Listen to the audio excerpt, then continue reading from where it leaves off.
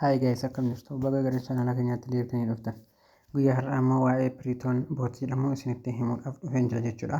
Akkuma argitan kunoo isa argaa jirtan kanadha jechuudha. Piriitoon bootii fayyadamuudhaan maallaqa guddaa irraa hojjechaa jirtu. Jalqaba kilik irratti gochuun start jettu jechuudha. Linkii isa description box jala isiniif nan kaa'a.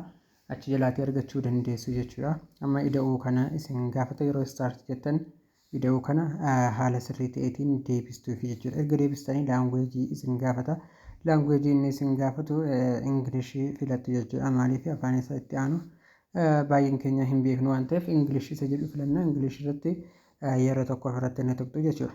Sana booddee haala kanaatiin isiniif dhufa jechuudha. Bakka xiyyaan isinitti agarsiisaa jiru kanarratti yeroo tokkoof tuqxanii chaanala isaaniidha jechuudha. Dirqama chaanala isaanii join gochuu qabdu waan ta'eef yeroo tokko irratti tuquudhaan maal gootu bakka join jedhu gara gadii kanaatiin kan isinitti agarsiisaa jiru irratti yeroo tokkoof maal gootu kilik ni gootu jechuudha. Toonii hedduu irraa sassaabbachuu ni dandeessu jechuudha. Bootii kanarraati namoonni baay'een toonii gurguddaa irraa sassaabbachaa jiru. Kana booddee bakka xiyyaan isinitti agarsiisaa jiru check the subscription kan jedhu irratti yeroo tokkoof maal gootu irratti ni tuqxu jechuudha.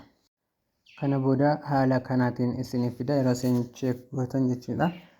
Amma as keessatti maal isinitti agarsiisa bakka ani xiyyaan isinitti agarsiisaa jira kana baalaansii keessan isiniif ka'a akkasumas immoo kun liinkii keessanidha. Liinkii keessan kana namaaf sheer gochuudhaan toonii baay'ee sassaabbachuu ni dandeessu. Daayirektii gara waaleetii keessanitti waaleetii kamiyyuu qabaannan gara waaleetii keessanitti ni dabarfattu jechuudha. Rakkoo hin qabu.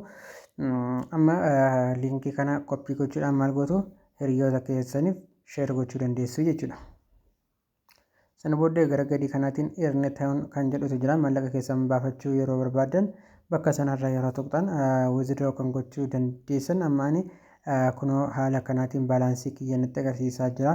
Kan withdraw gochuu dandeessan immoo gara gadiitiin isiniif kaa'ee jira jechuudha. Baalaansii keessan kan isin barreessu kabaasuu dandeessan kun akkuma asirraa bakka xiyyaa argitan 0.5 toonii irra gaafa geessan baafachuu dandeessu jechuudha. Kallattiiman sekoondiima keessatti dafee isiniif ergama jechuudha. Kunooti gara gadiitiin withdraw bakka jedhu sana ni tuqxu jechuudha baafachuudhaaf. Yoo withdrawn keessan tokko irra toonii tokko qabaatan yoo ta'e toonii tokko waan withdraw waan toon kan irratti tuquudhaan maal gootu withdraw gochuu ni dandeessu jechuudha. Egaa viidiyoon kun akkasinitti toleeroo abdiin qaba. Baay'een keessan akka kanarraati fayyadamtanis baay'een abdii qaba jechuudha. Kanaaf warri chaanala keenya join hin goonellee join godhaa. Warri YouTube chaanala keenya subscribe hin goonellee subscribe godhaa isiniin jedha. Akkasumas illee viidiyoo kana warri ilaalaa jirtan viidiyoo kana like share gochuu hin dagatinaa. Waan isiniif hin galle immoo koomentii jala naaf kaa'aa isiniin jedha. Wanta ani isin barsiisuu qabu yookiin immoo wanta barachuu barbaadan hundayyuu koomentii jalatti naaf barreessaa qabadheen isiniif dhufa. Goodbye nagaatti.